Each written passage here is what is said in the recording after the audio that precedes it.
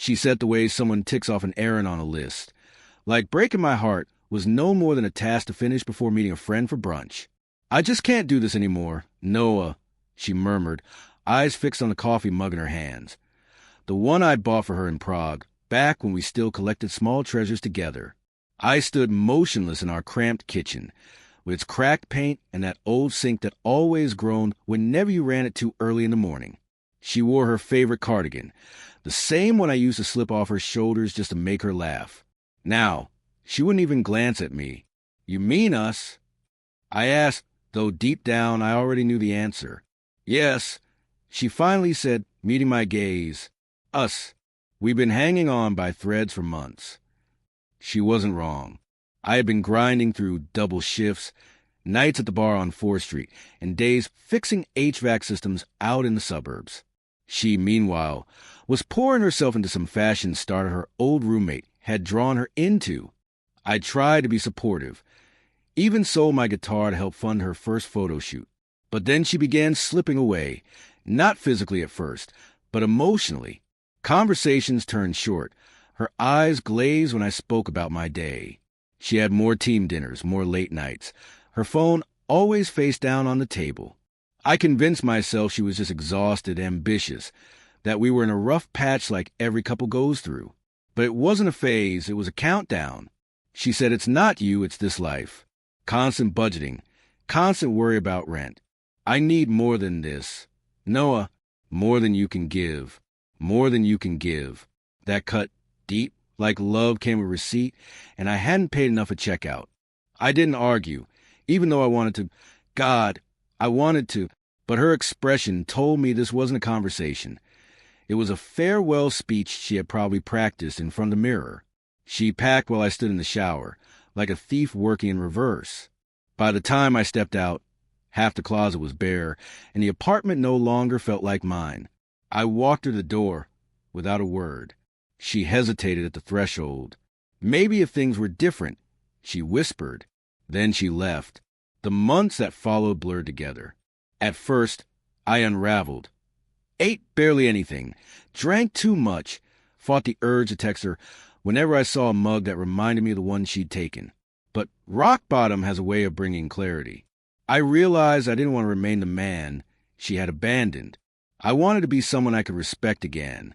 So I did the only thing that had ever made sense to me. I worked. I picked up every job I could find, moved out of our shoebox apartment into a friend's spare room, started repairing computers on the side, earning a reputation bit by bit. Word spread, clients multiplied. One introduction led to another, until a startup needed someone scrappy who wouldn't demand much up front. I said yes, learned fast, stumbled, recovered, and grew alongside the company. 2 years went by in what felt like a montage. I moved from the guy who fixed IT problems to operations manager, then eventually a quiet co-founder. When the startup sold, it was smooth, profitable, discreet. No celebration, no announcement. I just sat alone in my own apartment, mine this time, and stared at the balance in my account, half expecting it to vanish if I blinked.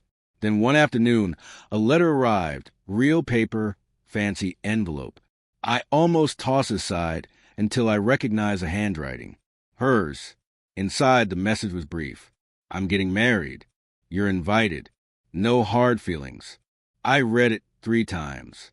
Once like I was any other guest. Once like it was some cruel joke without a punchline. And finally, once more like a man forming a plan, because tucked inside was a photo. The 2 of them. He, with the square jaw and tailored suit. She, in white, radiant, poised, looking exactly as she had the day she left me. Beautiful, confident, and absolutely certain I wasn't part of her future. That was when the thought ignited. Not revenge, not bitterness. Something subtler. What if I showed up, not to cause chaos, but to remind her of everything she had dismissed? To show her what she underestimated? Maybe even bring a surprise she wouldn't see coming. I RSVP'd. Yes. No guest. Just me. It felt fitting. The wedding was at a vineyard 2 hours north of the city. The kind of place strung with fairy lights, dotted with oak trees, and decorated with hand-painted signs pointing guests toward the ceremony and cocktail hour. You could almost smell the Instagram filters in the air. I arrived early enough to blend in unnoticed. The valet eyed me, probably expecting me to roll up in some battered pickup. Not a sleek black sedan. Not borrowed. Not rented. Mine. I wore a charcoal suit, tailored, no tie, just polished enough to look like someone who didn't need to prove anything. Inside, it was exactly as I pictured. Pastel flowers, champagne towers, clusters of laughter. And then I saw her. She moved through the crowd like a vision, all grace and sparkle. Her hair was pinned, her smile dazzling. She looked like the woman I had fallen for, and at the same time, nothing like her at all. Our eyes met. For a split second, recognition collided with confusion on her face. She froze mid-laugh, glass of champagne half raised. I nodded, polite, controlled. Not warm, not cold. Then I saw him, the groom, taller than me, broader, shoulders filling his suit like it had been custom-stitched by someone indebted to him. Attractive in a polished, predictable way. Smug, too. He carried himself like the world had always been in his favor, as if life itself had trained him to forget how fast everything could turn against him. He didn't recognize me, not yet. The ceremony began a few minutes later. Guests took their seats, and I slipped quietly into the last row, alone. Music swelled, vows were exchanged. The usual rehearsed poetry. She pledged joy. He promised loyalty. Someone sniffled back tears. I didn't. After their kiss, the crowd broke into clapping and cheers, camera flashes strobing like fireworks. Then came the reception. There were placed cards at every table. I found mine, edged in gold, written in the same looping script she'd used on an envelope. Noah Carter. She wanted me here, maybe to show me she'd won, maybe just to prove she was thriving without me. My table was filled with strangers, older couples, probably distant relatives or colleagues. One woman asked how I knew the bride. I smiled. Old friend. Dinner was served. I said little, nursing bourbon, chewing slow, keeping my eyes on the room. She looked at me 3 separate times, each glance lingering longer than the one before. On the 4th, she stood, excused herself from the head table, and walked over.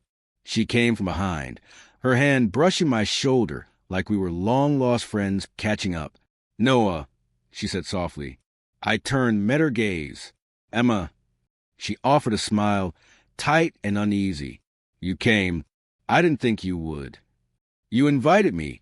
I replied, raising my glass. I didn't think I would either. She slipped into the chair beside me without being asked. I'm glad you're doing well, she said. You look different. You mean not broke? Her smile faltered. That's not what I meant. No. I leaned in slightly. But when you left, you told me I didn't have enough to offer. Her eyes dropped to her hands. That was unfair. It was honest. Silence settled between us, while the clinking of cutlery and bursts of laughter from the reception filled the space. Why'd you come, Noah? She finally asked. Really? I hesitated. And that was when the microphone clicked to life at the front of the tent. Ladies and gentlemen, the MC beamed, we have a special surprise from one of our guests. A message and a gift for the bride and groom. Emma blinked, confused. What is this? I rose slowly, straightening my jacket. Her eyes widened. Noah, but I was already walking toward the stage. The microphone felt heavier than I expected. Funny what adrenaline makes you notice.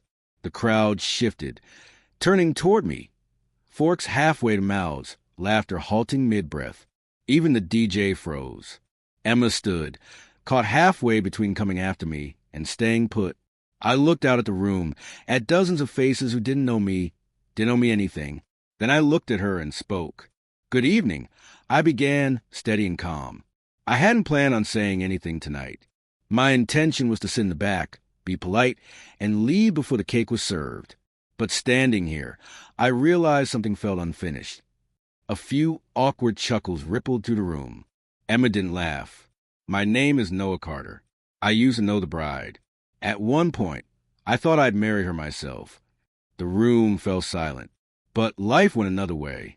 She left, told me I couldn't give her the life she deserved. And honestly, she was right. Back then, I couldn't. I was broke, not just in my wallet, but in spirit. I was barely scraping by, chasing dreams no one believed in, not even her. I paused, let the words breathe. But here's the thing about rock bottom. It teaches you how to climb. And when she walked out, I learned how to build. Quietly, relentlessly. Emma's face tightened like she wanted to vanish. I'm not here to shame anyone, I continued, softening my tone. This isn't revenge. This is closure. From inside my jacket, I pulled a small white envelope sealed with wax. I brought a gift, something I believe the bride and groom will appreciate. The groom stood now, arms folded across his chest, his stance protective. I stepped off the stage, walking down the center aisle until I stood before him, handed him the envelope. Open it, I said. He tore the seal, eyes scanning the document, his jaw clenched. What the hell is this? His voice rose. Emma rushed forward, snatching the paper. She read it, her face collapsing. It was a transfer of ownership, a deed, the vineyard itself, signed over to me. The previous owner, a quiet investor named L. Jennings, had sold it just 3 weeks earlier, anonymously. And now, in front of their family, friends, and floral arrangements that probably cost more than a year's rent, I didn't stand there as just another guest. I stood as their landlord. Her voice was barely a whisper, trembling. You bought it. Technically, I said evenly, I bought the holding company that owns it. The paperwork's clean, title fully transferred. The groom stepped forward, his tone sharp. You're trying to humiliate us. I shook my head. No, I'm reminding her. You don't measure a man by his lowest day. Gasps rippled across the room. The MC stammered into silence. Somewhere at table 7, a fork clattered to the floor. Emma looked hollow, her lips moving without sound. I turned toward the exit, but paused. I won't evict you, I said. The lease stands. One day, you'll be able to have your wedding here again. No drama, no interruptions. Then I walked out. Outside, the sun was dipping low, painting the vineyard in fading gold. Behind me, muffled chaos erupted, voices raised, music cutting off. But in the stillness out here, it felt clean. This wasn't about revenge. It wasn't about wounding her. It was about the man she hadn't waited for. The one who rose from the ashes, who walked into her wedding with nothing to prove and left with everything intact. People say success is the sweetest revenge. I think peace is, because peace doesn't need an audience. It only needs a door you're finally ready to walk through and never look back.